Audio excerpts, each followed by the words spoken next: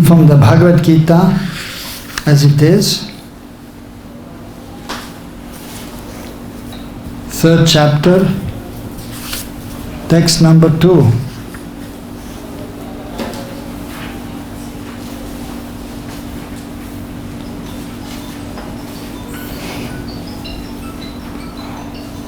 Vyāmiśreṇeva vākyena buddhiṁ mohayasīva me tad ekam vada niścitya yena śreyo aham āpnuyām vyāmiśreṇeva vākyena buddhiṁ mohayasīva me tad ekam vada niścitya yena śreyo aham āpnuyām vyāmiśreṇa by equivocal, eva certainly, vākyena words, buddhim intelligence, mohayasi you are bewildering, eva certainly, me my, tat therefore, ekam only one, vada please tell, niścitya ascertaining, yena by which, śreyaḥ real benefit, aham āpnuyām I may have. Translation and purport by His Divine Grace, Srila Bhaktivedanta Swami Srila Prabhupada. Srila Prabhupada ki. My intelligence is bewildered by your equivocal instructions. Therefore, please tell me decisively which will be most beneficial for me. Purport. In the previous chapter, as a prelude to the Bhagavad-gītā, many different paths were explained, such as sāṅkhya-yoga, buddhi-yoga, control of the senses by intelligence, work without fruitive desire, and the position of the neophyte. This was all presented unsystematically. A more organized outline of the path would be necessary for action and understanding.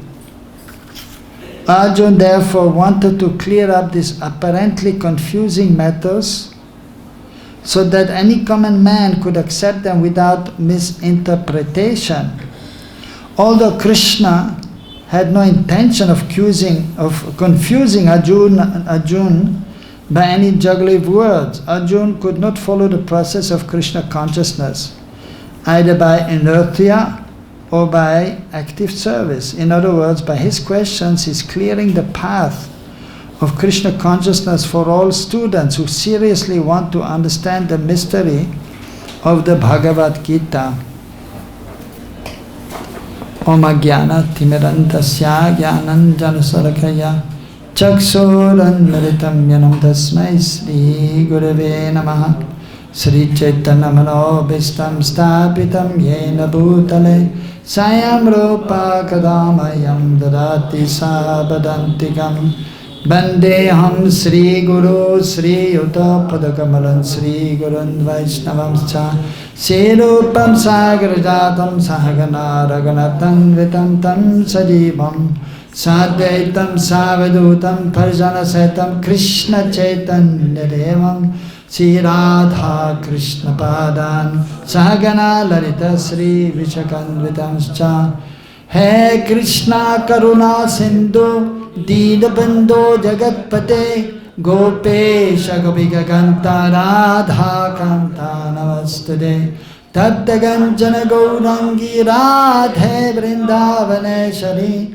Vrishabhanusate Devi Pranamami Hari Priye Vanchakalpatarubhyascha Kripa Sindhubhyevacha Patitanam Pavanebhyo Vaishnavebhyo Namo Namaha Sri Krishna Chaitanya Prabhu Nityananda Sri Advaita Gadadhara Shivasadi Gaura Bhakta Vrinda Hare Krishna Krishna Krishna Hare Hare Hare Rama Rama Rama Hare Hare vyāmiśreṇeva vākyena buddhiṁ mohayasīva me tadekam vada niścitya yena śreyaḥ āpnuyām. My intelligence is bewildered by your equivocal instructions. Therefore, please tell me decisively which will be most beneficial for me. In Kurukshetra, on the battlefield, just before the great war between the Kauravas and the Pandavas,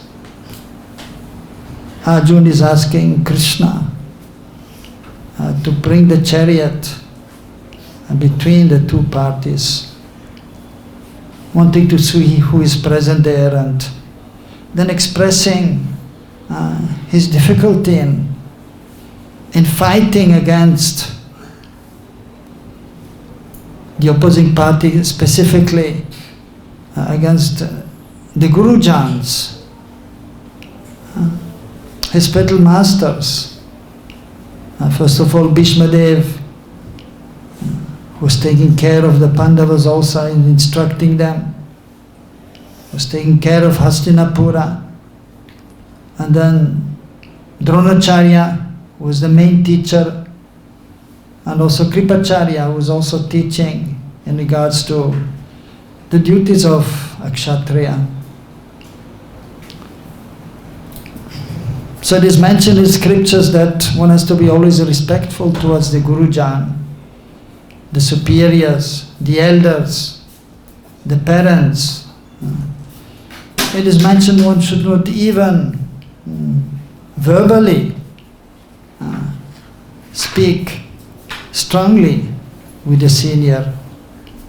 One should be always very humble.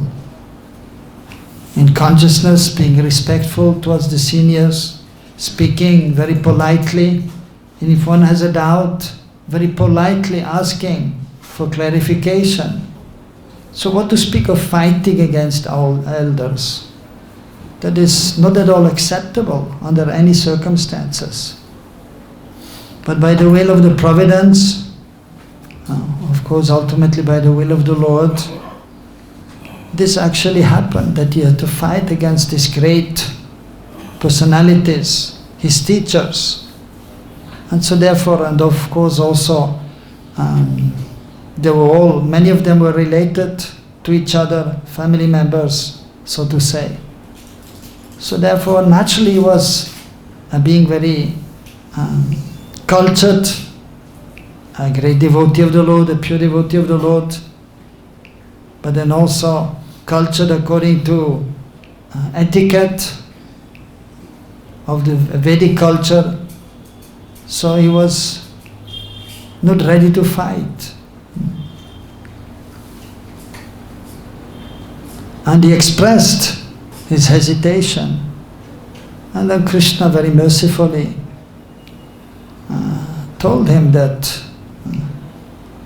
he should try to be properly situated. First of all, explaining to him the first step in spiritual life. And as we know, ultimately, the Bhagavad-gītā is spoken for our benefit. And Arjuna is nimitta matra, is just an instrument so that the Bhagavad-gītā could be spoken for the common man. So first of all, to understand that one is not this body, that one is spirit soul. That is the first instruction. Dehinasmin yatha dhehe ityadi.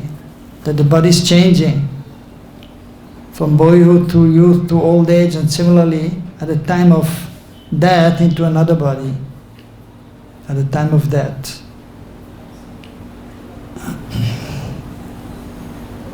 And then he was explaining so that we have to be tolerant in this world. Difficulty is always there, arising from the body, from one's own body, from other living entities, natural difficulties may be there, like too much rain or not enough rain.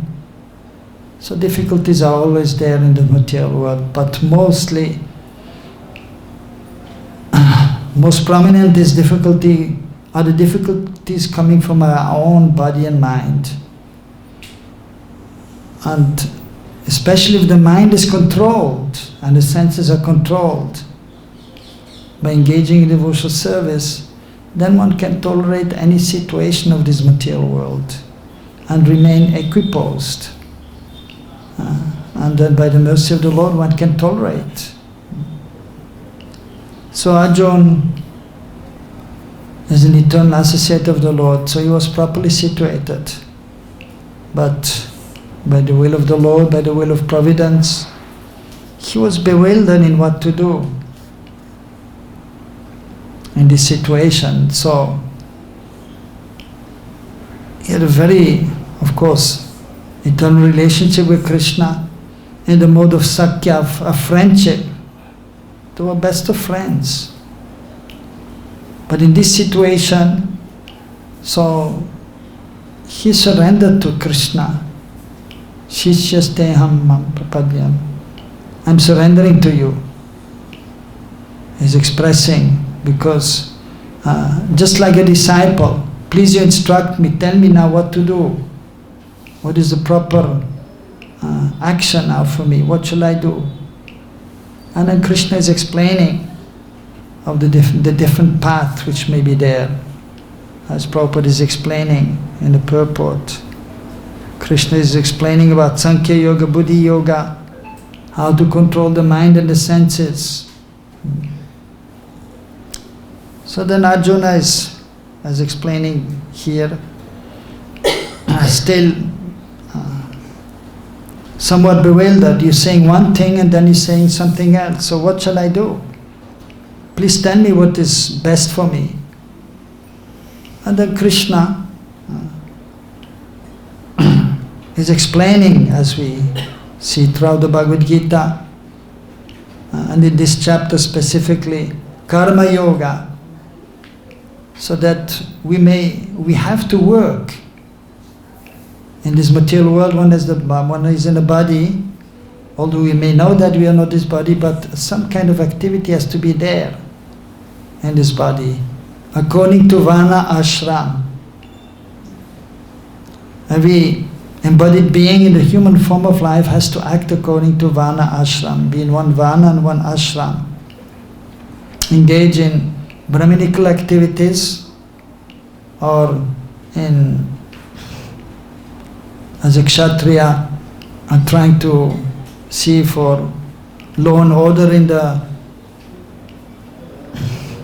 kingdom, in the country, or managing, as even in the temple, so there has to be some manager, temple president, and the managers are there. And then Vaishyados taking care of the cows and the land, or doing business by taking care of the land. Surplus is there, and then one may trade or one may sell the surplus. And then those who are not engaged in these activities, they are simply, they may be simple-hearted, and they are ready to do service to the others. So everyone has to have an occupation. And then also, one may be in the beginning, one has to be celibate, but if one is, which is the majority, if one is not able to remain celibate throughout the life, then one may enter the grihastashram for a certain time, but then one has to try to become renounced from family life.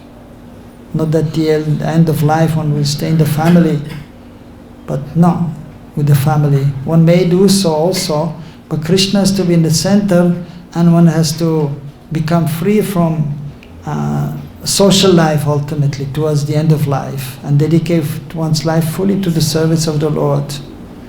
And those, especially those from the Brahminical background, those who are highly intelligent, philosophically inclined, learned in the scriptures, they may enter into the sannyas ashram, the highest order, and then they may guide others for their benefit. So Krishna is very clearly done. So in the second chapter he just gave some instructions, basically try to impress that we are not this body, we are spirit soul.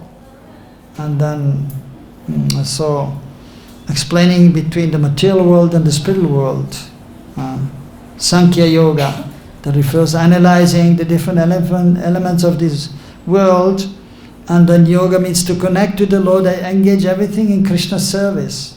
And then buddhi-yoga. Buddhi means intelligence. So with intelligence one has to be engaged in devotional service. So bhakti-yoga. So sometimes bhakti-yoga is also explained as buddhi-yoga. So connecting with the Supreme Lord by engaging in devotional service, using one's intelligence.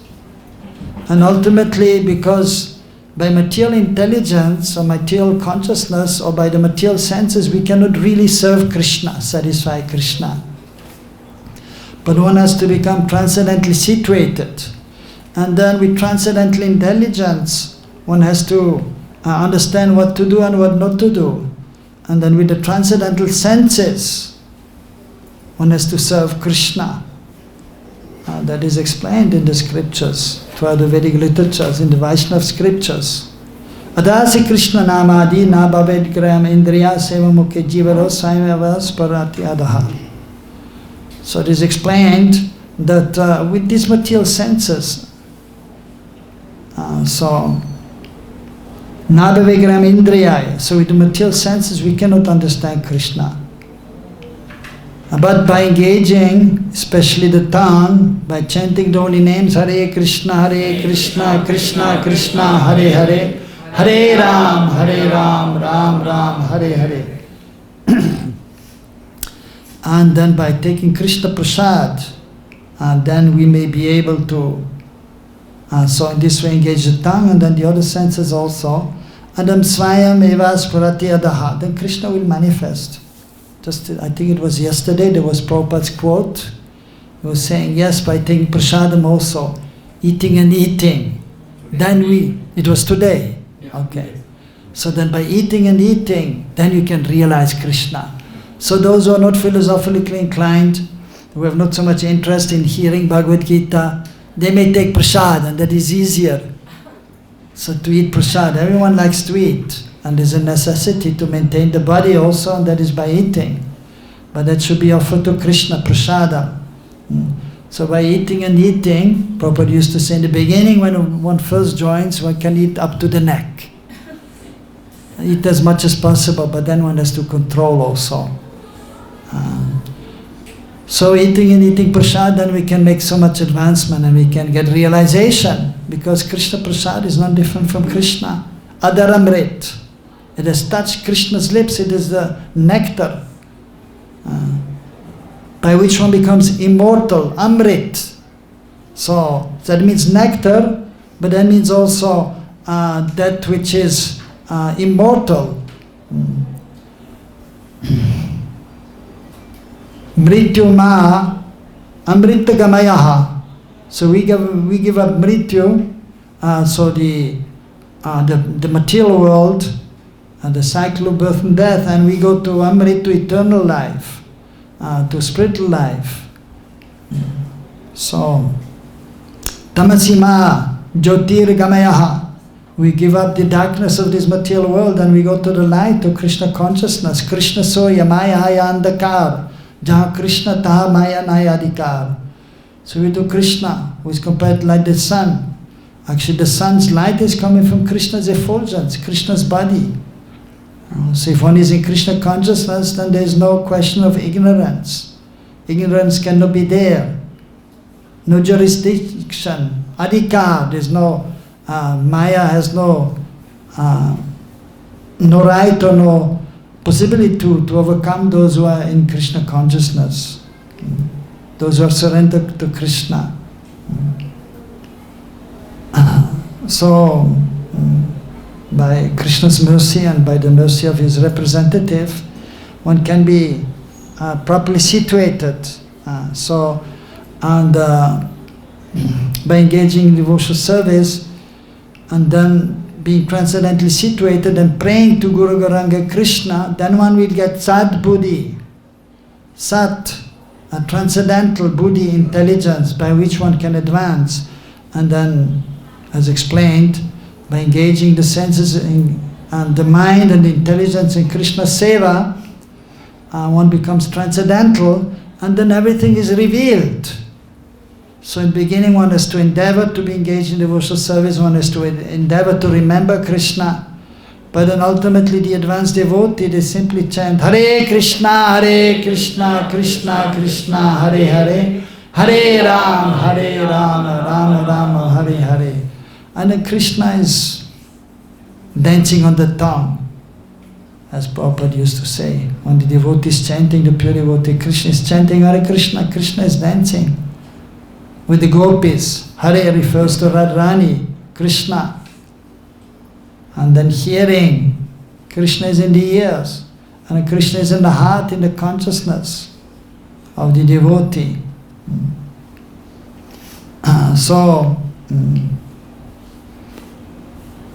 If one is surrendered in this way, then there will be no confusion.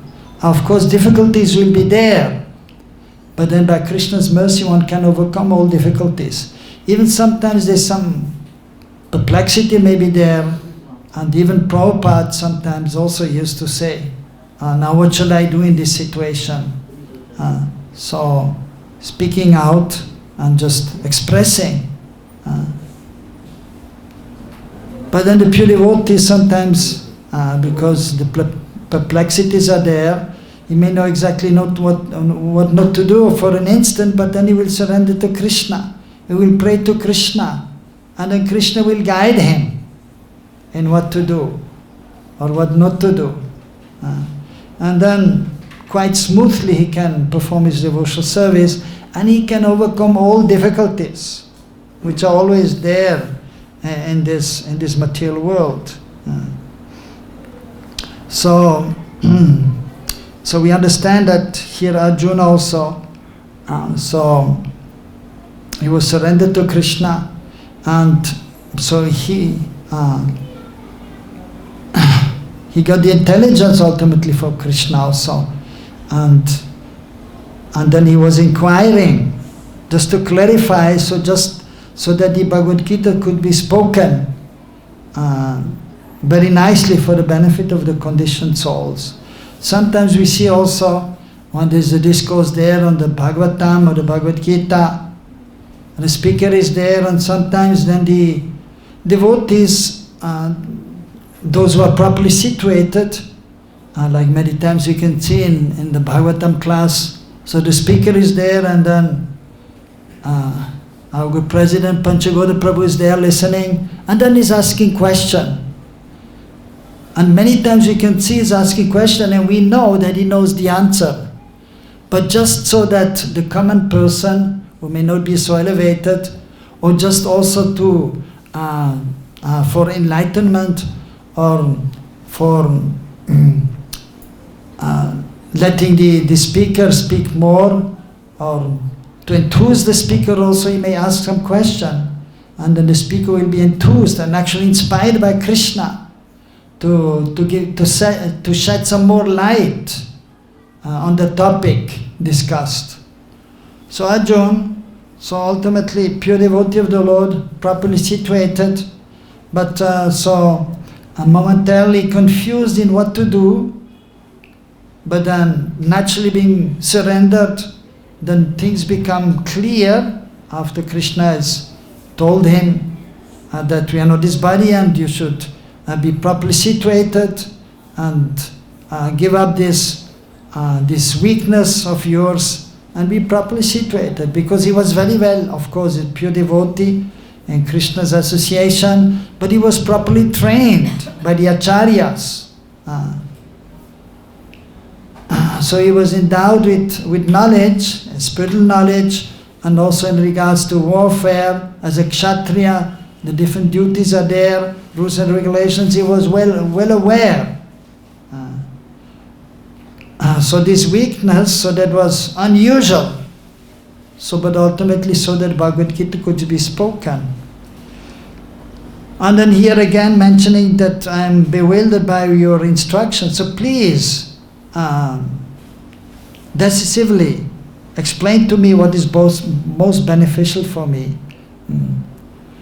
And so then in this way, by his asking in this way, and then Krishna, he very nicely continued speaking about karma yoga and the different forms of yoga, jnana yoga. So by working and then giving up the result of the work to Krishna, but not being completely absorbed, but still, that is at least better than just simply working and not giving anything to Krishna. Krishna is explaining also in the 3rd chapter. So that one should not disturb those who are engaged in karma in this material world. But they should be encouraged, but then they should be also guided properly, and that they may give up some of the result of their activities to Krishna, or to the pure devotee, the representative, who is fully engaged in the service of the Lord. And in this way, one may be benefited. Those who are a little more advanced, so they will engage in cultivating spiritual knowledge, Jnana Yoga, and some others, as explained in the 6th chapter also. They are interested in meditation, in Hatha Yoga or Ashtanga Yoga. So doing some austerity, controlling the mind and the senses, following some rules and regulations, and then trying to absorb themselves in spiritual activities in remembrance of the Supreme Lord.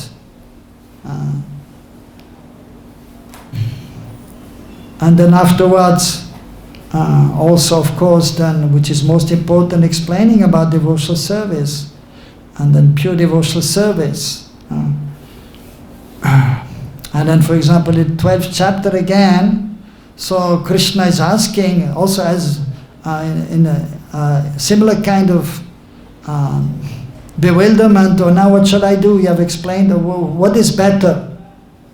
Which is better? He's explaining beginning of 12th chapter. Those who are trying to meditate, those who engage in some devotional activity, or those who are meditating on the impersonal aspect of the absolute truth. Which is better? Then Krishna is explaining very clearly that even those who are meditating on the impersonal aspect of the absolute truth, so they are engaged in spiritual activities, that is fine. But they may become perfect only after very, very, very long time. And then he's explaining, but those who are engaged in devotional service, surrendering everything to me, for them I'm the swift deliverer from the cycle of birth and death. And then beautiful description, who is very dear to me, Krishna is explaining. The bhakta, the devotee who is dear to me. Those who are unattached, those who are properly situated, those who don't have any enemies, they're not affected by heat and cold, auspicious or inauspicious activities. So who are fully absorbed in engaged in devotional activities. So they are very, very dear to me. So Krishna is explaining very nicely then in more detail about the different forms of devotional service or connecting with the Lord, but then specifically also explaining who is most dear to him, one who is constantly engaged in devotional activities, actually body, mind and words. A devotee is most exalted, is most dear to me, and there is no one as dear to me as him. So then in the 18th chapter also is again giving the same conclusion, and therefore at the end is saying that, my dear Arjun, you give up all. Sarva dharman parijajya mam ekam sharanam vrajaham tam sarva pabebhyo moksheshim mahasuchaha. He's saying give up all kinds of religion. So first he's explaining about religion, what to do, what not to do. and the different path he's explaining, but then suddenly saying, give up all kinds of religion, dharma, sarva dharmam parijajya, and simply surrender to me, do what I am saying. That is most important, because sometimes the different religious principles are mentioned, and even in the scriptures, the Vedic literatures, or the Puranas. So even as in the Bhagavad-gītā, so different processes are given, because not everyone will be able to fully surrender to Krishna. As even in the 12th chapter of the Bhagavad-gītā, in the beginning is also saying, so try to always think of me and engage in devotional service. If you cannot do that, then try to be self-situated and try to give the result of your work. So he's explaining what is the best, what is ultimately to be done, but if you're not able, then follow the regulative principles of devotional service. So, because not everyone is able to immediately engage in pure devotional service. So some different paths as explained, different options are there, so that gradually everyone, slowly but surely, can get elevated. But then at the end is saying ultimately, you have to give all kinds of religious principles up. So as for example, also Varna Ashram may be there, or the moral codes are there of the scriptures. So we have to follow as much as possible. But even it is mentioned, if you follow Varna Ashram, but if Krishna is not in the center, then Shrama eva hi kevalam, then it is simply useless kind of work. Shrama, that is hard work. So, but then it is becoming useless if Krishna is not in the center. So Krishna has to be in the center. And that is more important than following Varna Ashram, for example, even. Or the different path of yoga there, kama yoga, jnana yoga, ashtanga yoga, but ultimately one has to engage in devotional service, bhakti yoga. So therefore he's saying at the end, give up all kinds of religion and just surrender unto me. Means just do what I want you to do. Anyavilashita shunyam jnanam karma navritam anukulina krishna nishiranam bhaktir uttamam. As Rupa Goswami is explaining in Nectar of Devotion in the beginning. So that is Krishna Nushilanam. We should do what Krishna wants. Anukulyena, favorable mood should be there. What Krishna wants, that is Uttam Bhakti. Free from the desire of Jnana Yoga or Karma Yoga. The desire to get something in return for one's activities. Also the desire to acquire knowledge, which is fine, but ultimately should be there. The desire to acquire knowledge in order to fully understand Krishna and in order to be able to fully surrender to Krishna. So what to speak also of the other processes of yoga, so ultimately everything is aimed at trying to please Krishna, to surrender to Krishna. So therefore Krishna is explaining at the end.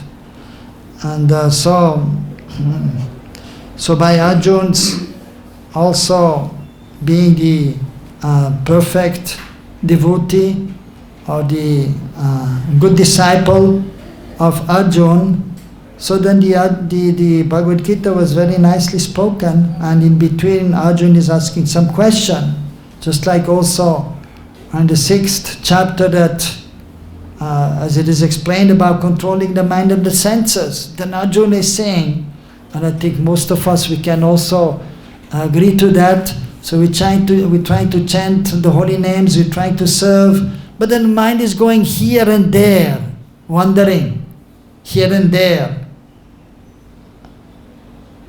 But we have to be with Krishna, and we have to control the mind, try to control the mind. By our own strength we cannot, but we have to pray to Krishna so we may be able to control the mind by engaging in devotional service.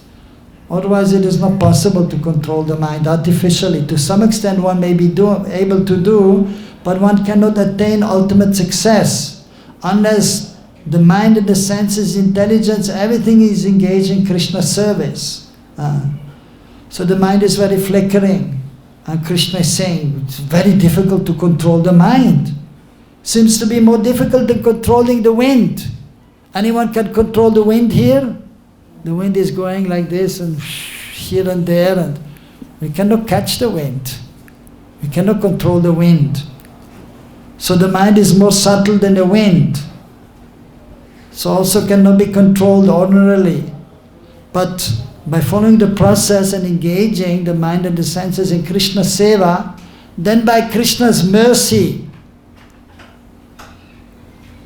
the mind and senses can be controlled. When we are transcendently situated, and then by Krishna's causeless mercy, then we can become free from the three modes of material nature. And then there is no more disturbance from the material intelligence, from the material ego, from material mind and material senses. So that is a perfection when we are transcendently situated on the platform of the soul, of ourselves, as Satchidananda Sarup. When we are properly situated and properly engaged, constantly in the devotional service of the Lord, then ultimately by Krishna's mercy we can become free from the three modes of material nature completely. And then there's no more difficulty. Then actually the subtle body will be dissolved. A pure devotee doesn't have material intelligence, he doesn't have material mind and senses, everything becomes spiritual. He's engaged in the service of the Lord, and the real ego is there. I'm the servant of Krishna. I'm the servant of the servant of the servant of Krishna. And he's completely absorbed in that. So that is a real ego, and then he has transcendental intelligence. He will always see everything connected to Krishna and seeing Krishna everywhere and doing everything for Krishna's pleasure. And then the mind, savai mana Krishna padada vindayo, the mind is completely fixed at the lotus feet of Krishna. Embracing Krishna's lotus feet, embracing Krishna. Whereas the conditioned soul is embracing the external energy, maya. So but the advanced devotee, the pure devotee is free. And then the senses are always engaged in devotional service. So therefore first of all the material consciousness is so to say dissolved, evaporated, and the real consciousness is there, the real ego is there, the transcendental intelligence is working, and then automatically then the senses become also spiritualized and transcendental. And then with these transcendental senses we can serve Krishna. And therefore even when we perform deity worship, in the temple, even at home, we should know that with this material body we cannot really serve Krishna. Therefore it is a process of purification. We do achman for purification. So sadhana achman, we sip water for purification, we chant Om Keshavaya Namaha, Om Narayana Namaha, Om Madhavaya Namaha. And then there's Vishesh achman, those who are serving in the big temple, they touch different parts of the body to spiritualize the body, so that one may understand that we are not this body, although we have heard 100 times that we are not this body, but still, due to being conditioned, even though we have heard 100 times, 1,000 times, 100,000 times, still the material consciousness is there. Therefore, before worshipping the deity, the main seva, one has to do bhuta shuddhi, the purification of the material elements, so then one has proper consciousness, spiritual consciousness. That goes as follows. And the pujari must say that every day. I am by nature the eternal servant of Krishna. I am an infinitesimal spiritual being completely apart from the gross and subtle body. And then by the mercy, and I have been wandering in cycle of birth and death, being burned by the threefold miseries. But by the mercy of my spiritual master, of the Lord, I know that I'm an infinitesimal spiritual being completely apart from the gross and subtle body. Now by the mercy of my spiritual master I have obtained the good fortune of being able to serve to engage in his lotus feet, in his service to his lotus feet and to the lotus feet of Gonitai Krishna Balaram Radha Shama Sundar. So one has to try to be transcendently situated, then one can properly worship the Lord, and there's a loving exchange with the Lord. So the process is there which we have to follow, so that we can, step by step, we can advance gradually. First we must have faith, shraddha. and then we must be in sadhu sangha, in the association of the saintly persons, the advanced devotees, then bhajana kriya. Then we can do proper bhajan, proper devotional service, and anatta nivritti. The unwanted things in the heart are destroyed. And then one can be firmly fixed, and then one gets a taste for spiritual activities, for chanting the holy names. Hare Krishna, Krishna Krishna, Hare Hare, Hare Rama, Rama Rama, Hare Hare. And then one can become completely attached to Krishna, and when one is completely attached to Krishna, one can be detached from this material world. As long as one is attached to this material world, we cannot be attached to Krishna. We have to detach ourselves from this material world by engaging in devotional service and becoming attached to Krishna. Then slowly our attachment to this material world will be slackened. And then we can become more and more advanced and then properly situated. And then the transcendental emotions are coming from the soul proper in loving exchange with Krishna. And then one can attain the ultimate perfection. So in the age of Kali, it is not so easy. It is actually never easy to become highly advanced in spiritual life, even in previous yuga. So it is always difficult in this material world to make advancement in spiritual life. Always.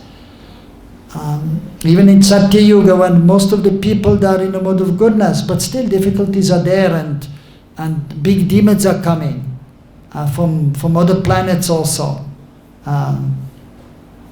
And then there's some fight there, and some, of course, even animals are always there trying to devour the people. Tigers were always there, even in Satya-yoga.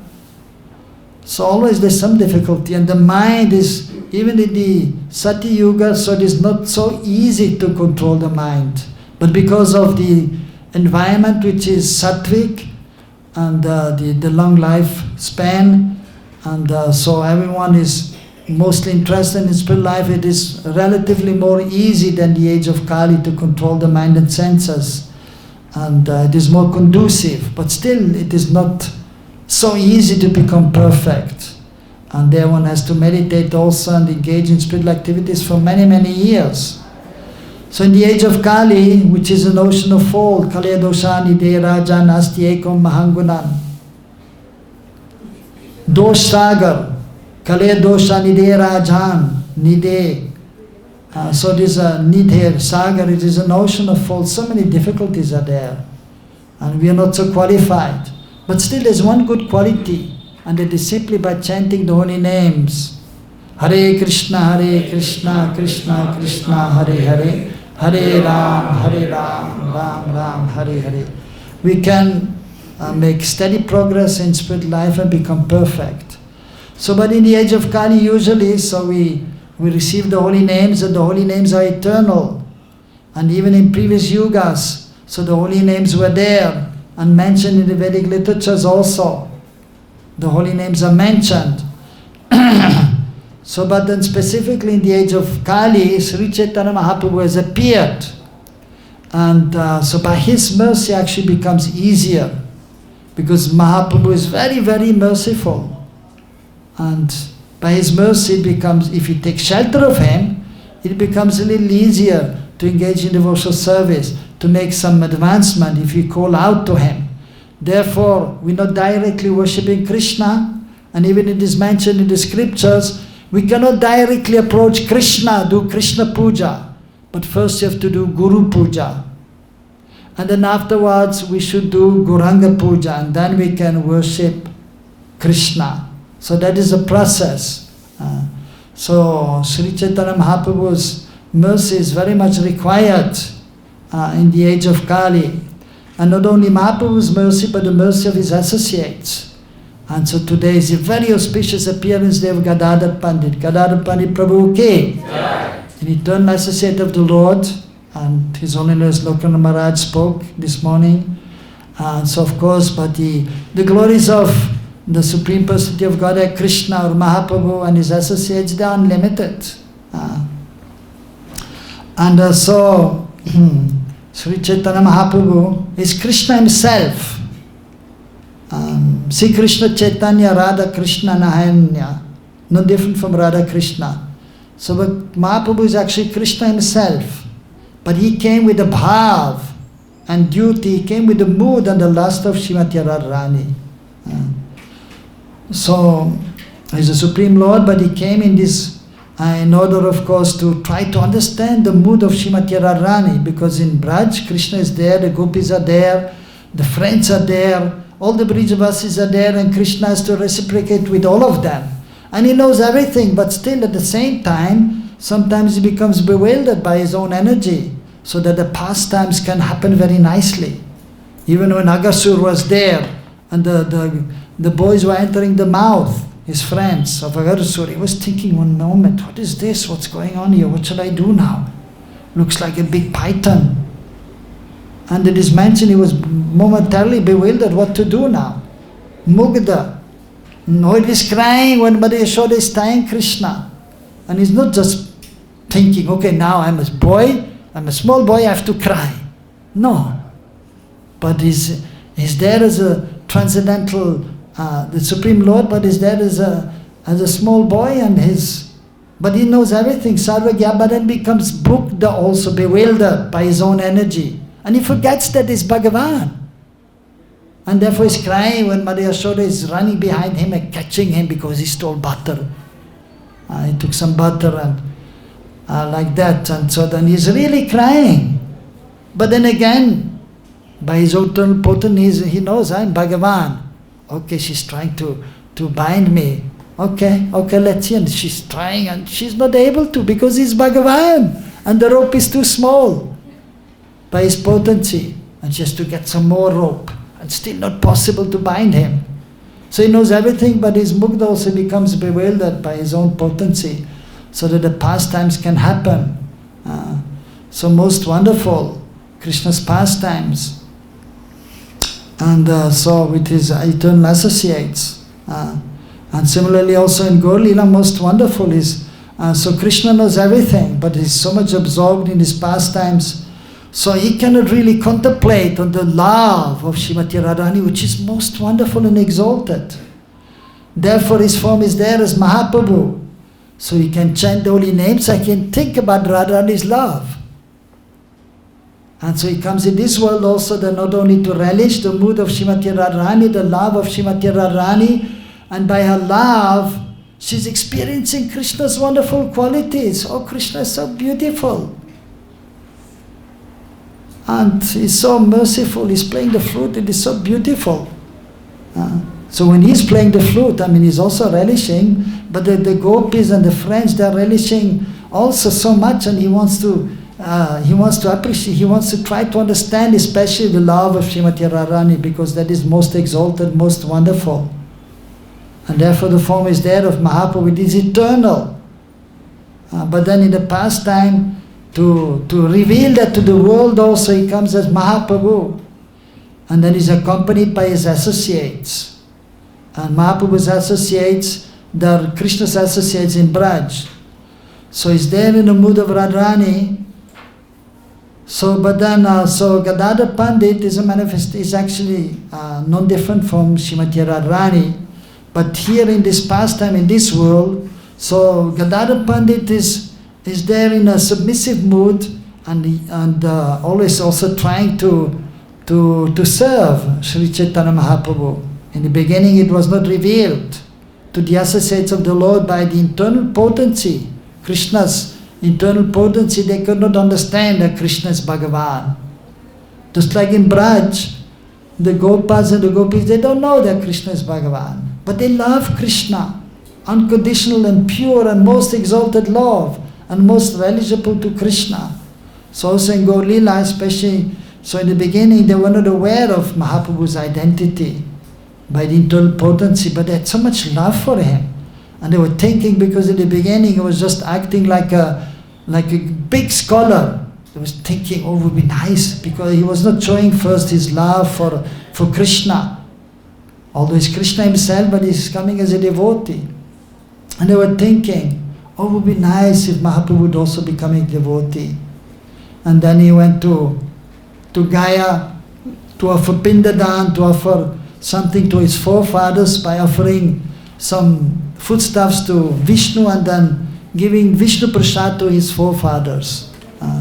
And then he met Ishvara Puri, and who then, of course, initiated him in the chanting of the holy names, although Mahaprabhu is the source of everything, but still just to show that we have to accept the spiritual master. So then he took initiation, and he got the Gopal mantra also, and then he was showing all the symptoms of a great devotee.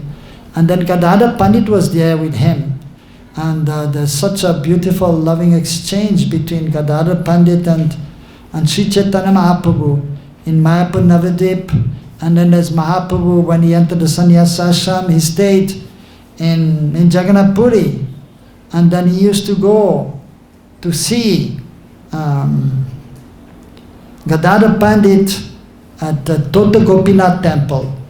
One beautiful deity of Gopinath, Krishna was there in one garden near to Yameshwar Tota. There's a Shivling there, which is not so far from Jagannath temple, and there, so Mahaprabhu and his associates came there, and they saw something in the ground, and they were digging, some kind of stone, something was there, they were digging, and the beautiful deity of Gopinath was there.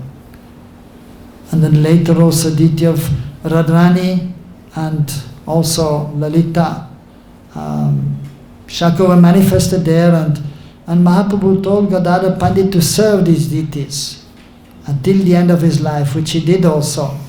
And so Mahaprabhu used to go and see Gadadhar Pandit, and they were discussing, especially Srimad Bhagavatam. And Mahaprabhu used to tell him, please speak about Prahlad Maharaj and Nrsimhadev. It is mentioned 100 times he had asked him. But then he was, of course, mostly also relishing the wonderful loving exchange of Krishna with the Brijavasis, and especially the gopis. But just also to show, to teach us, he was explaining that we should hear about the different pastimes of the different incarnations of the Lord. So Gadadhar Pandit so it's very helpful also for us, and therefore we also chant Shri Krishna Chaitanya Prabhu Nityananda Sri Advaita Gadadhar Shivasari Gaura Bhakta Vrinda, because by praying to not only Mahaprabhu but his associates, then we can advance very nicely. And so usually we worship, of course, Gaur Nitai as Purport established here and in many places. But Bhaktivinoda Thakur, here in Bhakti Siddhanta, Son Bhaktivinoda Thakur, in some places they install deities of Gaur Gadadhar, specifically at the Yoga Pit where Mahaprabhu appeared. So there Gaur Gadadhar's deities are there. They were actually worshipped also by Bhaktivinoda Thakur. And he was staying in Godrum Dvip. And there he had his house, Surabhi Kunj. And then nearby he had his office, and from there actually he had darshan, or he understood. He saw the appearance place of Sri Chaitanya Mahaprabhu, and he confirmed from consulting different maps and different descriptions of great souls. And there also he was worshipping Gaur Gadadhar.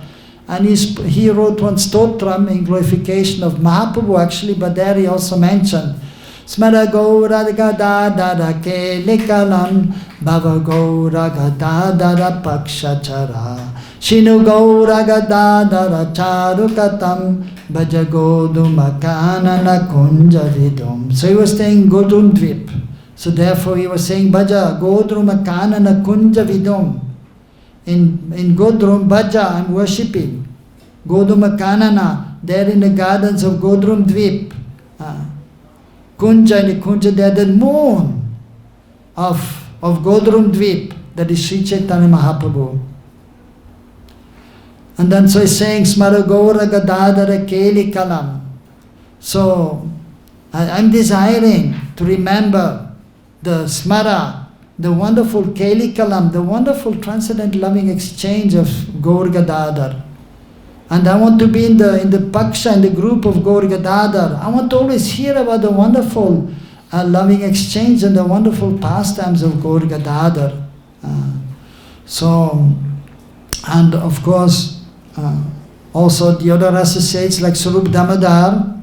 So he who is actually Lalita Devi, he wrote one Gadadhar Ashtakam, very beautiful, Gadadhar Ashtakam, glorifying Gadadhar Pandit as a, of course, manifestation of Srimati Radharani. So on this auspicious day of his appearance today, and which is Amavasya Tithi, it is explained in the scriptures, in the Vedic literatures. Prabhupada has also confirmed that 3 Tithis are very auspicious. So Ekadashi Tithi, and we chant more in Ekadashi, we do parikrama, we do some austerity by not taking any grains. But then the other 2 Tithis which are auspicious, so that is, one of them is Amavasya Tithi, the new moon, and there we can even see in Braj on Amavasya, and many people are also doing parikrama of Vrindavan or Govardhan. And of course, also very auspicious is Purnima Tithi, the full moon, day and night. And there are so many people doing also parikrama of Vrindavan, especially Govardhan. Giri Govardhan ki. Thousands and thousands of people come to do parikrama. So on this auspicious day of Amavasya, so Gadadhar Pandit appeared, so we should pray to him, so we may be able to have also, and yet so much, of course, being an eternal associate, and ultimately Mahaprabhu being Krishna and Gadadhar being Srimati Radharani, so he has the most wonderful love for Sri Chaitanya Mahaprabhu. But as we know, in the loving exchange between Radha and Krishna, so Krishna is the, of course, supreme object of everyone's love.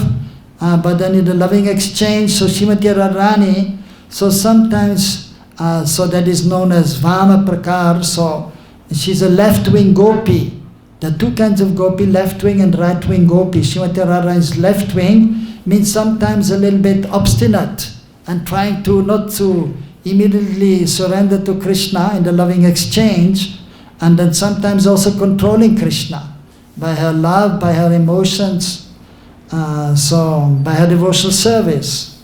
So whereas the other group, headed by Chandravali, they are right-wing, they are always submissive to Krishna and ready to do what Krishna says. And so Radharani is thinking, Krishna is mine, aham, in full love, of course, that Krishna is mine.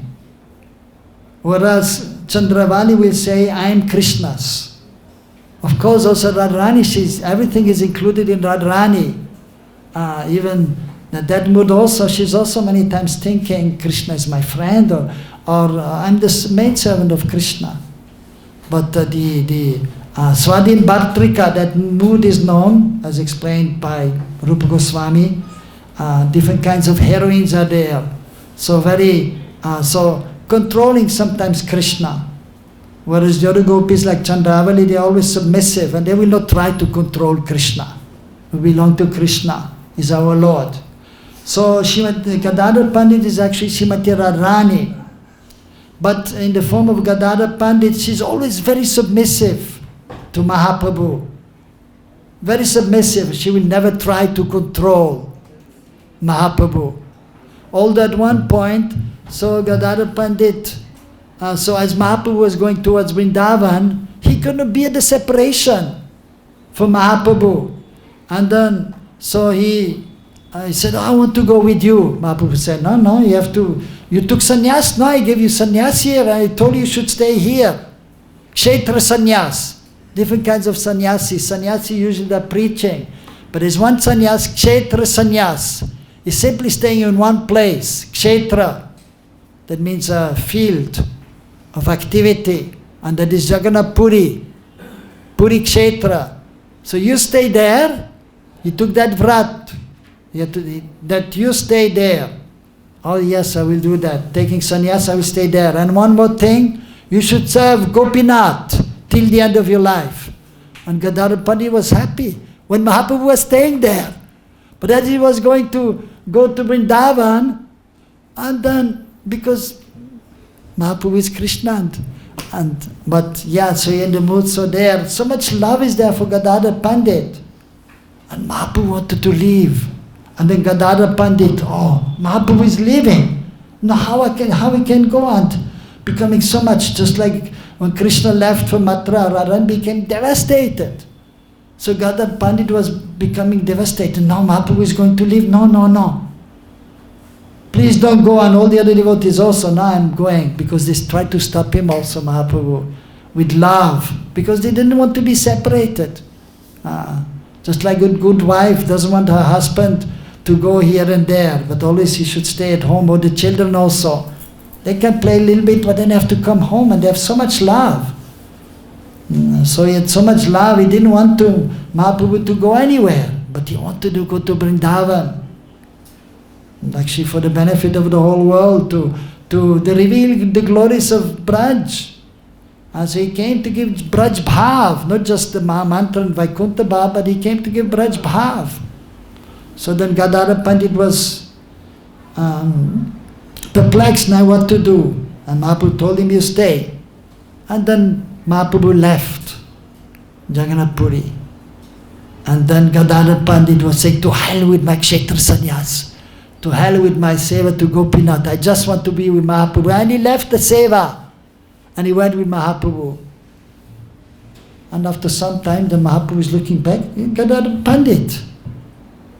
And Gadadhar Pandit was very happy to be with Mahaprabhu. And then Mahaprabhu, why are you here? What about your Kshetra Sannyas? What about your seva to Gopinath? Oh, but I want to be with you, and you are everything for me. And I don't care for Puri, I don't care for Gopinath, I just want to be with you. And so the Mahaprabhu is saying, very important, so you want to give pleasure to me? And Gadadhar, yes, you are everything to me, I want to do everything for you. Then you should go back to Puri. Because otherwise people will criticize, oh, this Gadadhar Pandit and Mahaprabhu, they are saying something and doing something else. He took sannyas there, Kshetra sannyas, and took a vow to serve Gopinath, and he's just leaving. So people will speak like this, and they will criticize you, and then they will criticize me. Because you're so-called follower of me, but then you're not doing what I'm saying. And then people will be criticizing us. So you should go back. And of course he was devastated. But because he had so much love, and because Mahaprabhu wanted him to go back, then Mahaprabhu went on a boat to cross a river in one place, and all the devotees had to go back, and he just fainted, Gadadhar Pandit. But then the other devotees, they picked him up, and then grief-stricken, so they all went back. But then of course, with feelings of separation, so Jagannath Puri is actually Viprarambha Kshetra, the place of separation, crying. So we have to have a little love, like Gadadhar Pandit had love for Mahaprabhu. And when Mahaprabhu left, he had so much separation. Same with the gopis. They had so much love for Krishna. When Krishna is leaving, so much separation. So we have to try to develop a little love for Krishna. Then we can feel some separation for Krishna. And the more we have love for Krishna or for Mahaprabhu, the more we can feel the pangs of separation. And it is just so wonderful and mystical. So that although the feelings of separation are there, a kind of distress is there. But at the same time, and there is also transcendental bliss will be there. So that we can only experience when we are properly situated in that field. So we should try to develop our love. So for this we pray to Gadadhar Pandit, to Mahaprabhu, and then we may also feel some separation that will help us to become more absorbed than in transcendental loving sentiments, in loving exchange with Krishna. And then so by the mercy of Gaunitai, Gaur Gadadhar, and the also saints of Mahaprabhu, our Acharya, Srila Prabhupada, then we can advance more and more in spiritual life, and then we can enter Braj and then engage in the service of the divine couple. Hare Krishna, Krishna Krishna, Hare Hare, Hare Rama, Rama Rama, Hare Hare. Hare Krishna, I think everything is clear, right? So we stop here, and whenever we have some program or some festival, there's always some Mahaprasad. Hare Krishna. And for those who are not so philosophically inclined, so they can take prasad and make a lot of advancement also. Hare Krishna.